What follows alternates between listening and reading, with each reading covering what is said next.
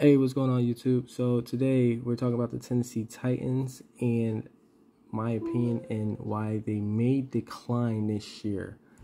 So is it probable that they're going to decline? Absolutely, especially trading your number one wide receiver, A.J. Brown. They did trade for Rob Woods, but comparing those two, there is no comparison. Rob Woods is older. He's in his 30s. He's at the end of his career for the most part. I think he probably has maybe 2 or 3 years, if this probably won't be his last season. I think he's just going to finish out this contract and that's it.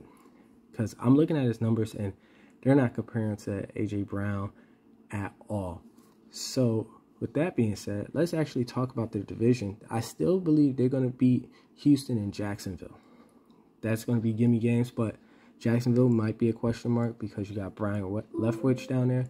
And I like what Brian Leftwich did with Tampa Bay last year. Obviously, he had the weapons, but he has a young team this year, and he can definitely make an impact.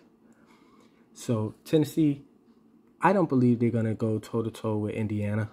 I don't believe that at all. Not with the pieces they have, not with that defense, not with that running game, and not with Matt Ryan at helm throwing the football. And he's as good as Tannehill. I'm gonna put them. I'm going to put him at number one, Ryan at number one, and then Tannehill behind him. Now, that's just me. That's just me personally, because Matt Ryan has so many weapons. It's going to be hard to play against Indianapolis if you're Tennessee this year. So, some of the things to note about Tennessee is the wide receiver core. They did draft a wide receiver and they did draft a halfback. So, if Henry goes out, they do have a backup. He might go out again because of the way Henry plays. He's more of that brutal back. So it's the likelihood of him getting injured is a lot more. And then the wide receivers. Again, I mean, Rob Woods, he's late in his career. They got a rookie wide receiver. The other wide receiver, I believe the other wide receiver is slow.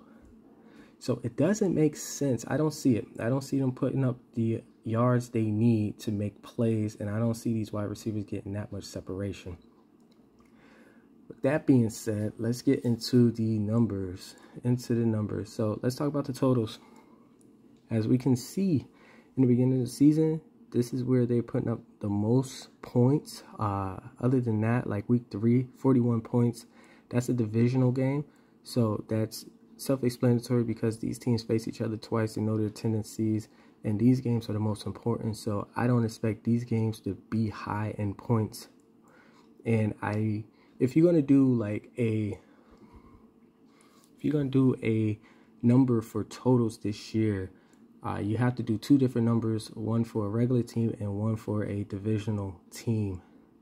So with that being said, let's actually talk about the numbers that they didn't go over. I like a 48.5 for this team for totals. Going into the next season, I'm not liking them. Going into next season, I'm going to be watching. This team is going to be on a watch list as far as, Arizona, like we did. We put them in red. I'm going to put Tennessee in red because I don't know what kind of team. I doubt they're going to be as potent as they was in the previous years with A.J. Brown and Henry running the football. But then again, you never know. You might have a breakout wide receiver. I don't see it from Woods, though. I think Woods is going to do very good in the beginning of the season, but he's going to start dying off. The steam's going to start dying off in the middle to end of the season. So, explaining the numbers, let's explain this week 7 first. Week 7 versus the Kansas City Chiefs. If you see my last video, we already know why the Chiefs didn't put up that many points. You would suspect they put up a lot of points, but they didn't because Edwards-Helaire went out. And that's basically off of the numbers and the information I got. As far as the data, that's the only variable, is the reason why they're not putting up that many points and didn't go over the total. So they went under 40 points. Then we see these 2 games against San Francisco and the Miami Dolphins. Those 2 games went to the under. Obviously, been watching my videos. these teams are at the end of the season. Anything after week 14, we're going to be worrisome. We're always going to be worried about those games. So week 14, 20 points against Jacksonville Jags. 15, 32 points against Pittsburgh Steelers. 16, 37, and 17. Like, all three of those games were at the end of the season, and they did not go over 40 points after week 14. So, again, that's just proven that after week 14, you just got that, you got added more, you just got more evidence to support that teams are different after that week. And it's better that we do it that way, because the probability of teams winning after, these good teams winning after week 14 are still high. It's just totals and spreads change. They change a lot. So, something to note, week 13 was their bye week. Before week 13, they lost to New England Patriots. And before that, Derrick Henry was out and A.J. Brown was out due to injury. So, with them having those injured players, a bye week next week, and them facing a New England Patriots team on that bye week, it put in a position where they're not going to win. The probability of them winning was extremely hard. And if they can't win without A.J. Brown and Derrick Henry, how are they going to go into this next season? Especially with Brown, you need to spread the offense. And the wide receivers they have, they can't do that. They're not fast enough to do that. So they're going to load up the box. They're going to guard against Tennessee. And Tennessee's going to have to run the ball a lot more and play more defense. And hopefully you can spring somebody free. Because, again, the wide receivers they drafted, they're not fast. So they're going to get locked up a lot more. So with that being said, again, we're going to go with a watch list for the Tennessee Titans. I don't have a number for Tennessee because they have so many changes. It's difficult to give a good number, but I do like to watch them the first game. Me personally, I probably won't bet on them. The number, if I had to choose, I probably get them at a 2.5, depending on who's the first game they're playing against. Also, going down the list, trying to figure out why they lost. Obviously, Arizona Cardinals was the best team starting out last season. The New York Jets, I was trying to figure out what's a good reason for them to lose to the Jets. And we have this. They had a divisional game. Was that week 4, week 5? Against Jacksonville. Now, I know you guys are like, well, it's Jacksonville. They really didn't have to prepare. But if you're a coach and you just want to win all your divisional games, which they won most of them except for one when A.J. Brown got hurt, I think looking at these divisional games play a huge role when betting against or betting on Tennessee. So if the next week they have a divisional game, we have to look at that. Then New England, obviously they had a bye the next week, and the Pittsburgh Steelers, 15. Let's see who they played week 16. Yeah, you have San Francisco. On a Thursday night game. So I think they just pretty much lost that, and that's after week 14. So we're going to be wary on betting any teams after week 14, especially if they had a good season. So with that being said, the spread, as we can see, 1.5 probably would have got most of the games. And you know what? I do like the 2.5. 2.5 until I see different. So I'm going to watch them play that first game. They're looking good that first game. Or if that team is under 500, let's say, for instance, they face a Bears team or what's one of these other teams, a Detroit team, I'm definitely going to get them for that 2.5, maybe 3 points. But if they face someone good, like even halfway good, like the Eagles, if they face the Eagles is going to be tough.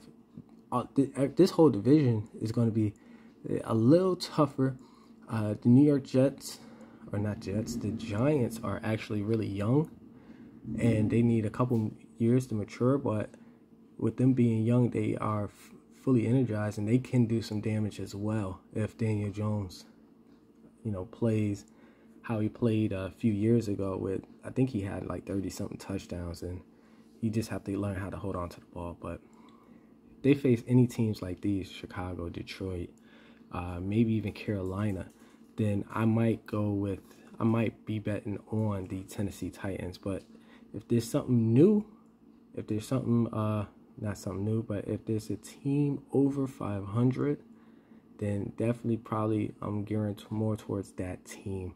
Again, Tennessee do have a good defense and a good running game. And when teams find out what can they do to stop them, I think that's going to be it for Tennessee, and they're going to be struggling this year. That's just my opinion. So, with everything said, it's my take on the Titans. As far as totals is concerned, again, I don't think they're going to be putting up that many points. I think they're going to be gearing more towards defense and running. And if those receivers can get open, then definitely, yeah, they might have a good chance of being number one in the division. But until I see what that offense can do, because these are all new guys, I'm going to go with Indianapolis to win the division. Now, I'm going to go ahead and show you something I found in the NCAA basketball game. As we know, St. Peter's got far into the NCAA basketball tournament, and I'm trying to figure out why, because I had I had Kentucky pegged to beat St. Peter's, and I found something very interesting. Just wanted to share this with you guys. So, as I was saying in my last video, as far as NCAA basketball tips or NCAA basketball info you should know, that height and experience play a role in it. So looking at Kentucky and St. Peter's is slow pace. So if you have a slow paced team, they can limit the amount of possessions. So with that being said, St. Peter's was slow pace. Here we go. Here goes their stats. So this is St. Peter's stats. This is offense efficiency. This is defensive efficiency. You see that? That 993? That's actually really good defense. They're only giving up 93.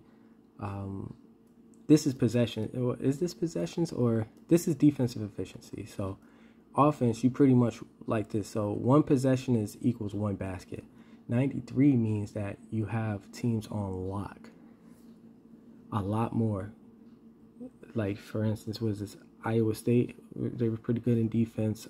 Texas Tech was good in defense. So Texas Tech, 93 is pretty much, you have an effect on the offensive efficiency of the other team when you see this 93. If you have like a 1, that means you don't have any effect. This 113.1, that means you actually have no effect on the team, and you're just giving them more opportunities than you should. So that's pretty much how I take my defensive efficiency. So get into it. This is St. Peter's, and let's go up to Kentucky just to show you real fast. Oh, I have to fix this. 1 second. Smallest, large. Fix this. All right. Yep. Kentucky. So we're hearing right here, as you can see, Kentucky. Right. Kentucky is 120, and they are good as well. Plus, they're slow pace. But here's the thing about the tempo with Kentucky. St. Peter's is actually a little slower. They're 65. So 67 is pretty much average according to Kim Palm as far as tempo is concerned. The 65.9 is pretty good. So pretty much St. Peter's is more slow tempo, or is a slow tempo team. It's more of a slow tempo team than Kentucky. I'm getting tongue twisted today. I don't know what's going on. So St. Pete has the tempo. They have the They have the, I won't say they have the height because they wasn't that tall, but here's the thing about Kentucky. All right, give me 1 second, I'll be right back with. All right, I'm back with you. I felt like I was dragging, so I had to hurry up along. So as you can see, St. Peter's is down here. There's 6.19 as far as height. Kentucky is, pull up here, as you can see, is 76.83. So they're not that far from an advantage in height. There is not that, there's no big advantage when it comes to height. Now look at Kentucky. Now they're 1.87. St. Peter's, as you can see in blue, is 1.89. So they have the same height and same experience. Also, St. Peter's is slow pace, and they have better defense than Kentucky. So was it surprising that they beat Kentucky? Or yeah, St. Peter's had better defense than Kentucky. So was it surprising? No. I mean, looking at the numbers now, it's not surprising whatsoever. They slowed it down, they played tough defense, and they executed. And I just thought that was kind of interesting. I wanted to share that with you guys, but like, subscribe, share, and most importantly, bet wisely. And I'll come next week with another video. Might do the, I'm gonna probably do the Bills. I'll do the Bills. All right, catch you then. Most importantly, bet wisely.